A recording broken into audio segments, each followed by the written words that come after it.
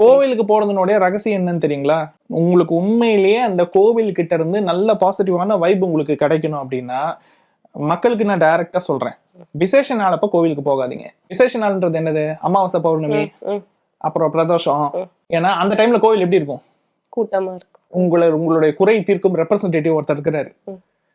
அவர்கிட்ட நீங்க மனு கொடுக்கணும். இல்ல அவர்கிட்ட ஒவ்வொருத்தரும் உங்களுடைய பிரச்சனையை சொல்லணும். ஓகேங்களா? அவர் இப்படி உட்கார்ந்துருக்காரு. சொல்லுங்கப்பா உங்களோட பிரச்சனை அப்படின்னு சொல்றாரு. அவர் தான் கடவுள்னு வச்சு, இப்ப யாராவது ஒருத்தர் சொல்லுங்கப்பா அப்படிமா. அப்போ ஒருத்தர் எந்திரிக்கணும். ஓகேங்களா? அப்போ ஃபர்ஸ்ட் அது அவருக்கு உள்ள போகணும். உள்ள போயிட்டு அவர்கிட்ட இருந்து சொல்யூஷன் கிடைக்கணும். அப்புறமா தான் அடுத்தருக்கு போகணும். ஒரே டைம்ல எத்தனை ரெக்வஸ்ட் ஆக்சஸ் பண்ண முடியும் ஒரு டிவைனால?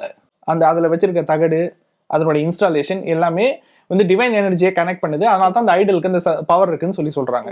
அது உண்மையாவே இருக்கட்டுமே.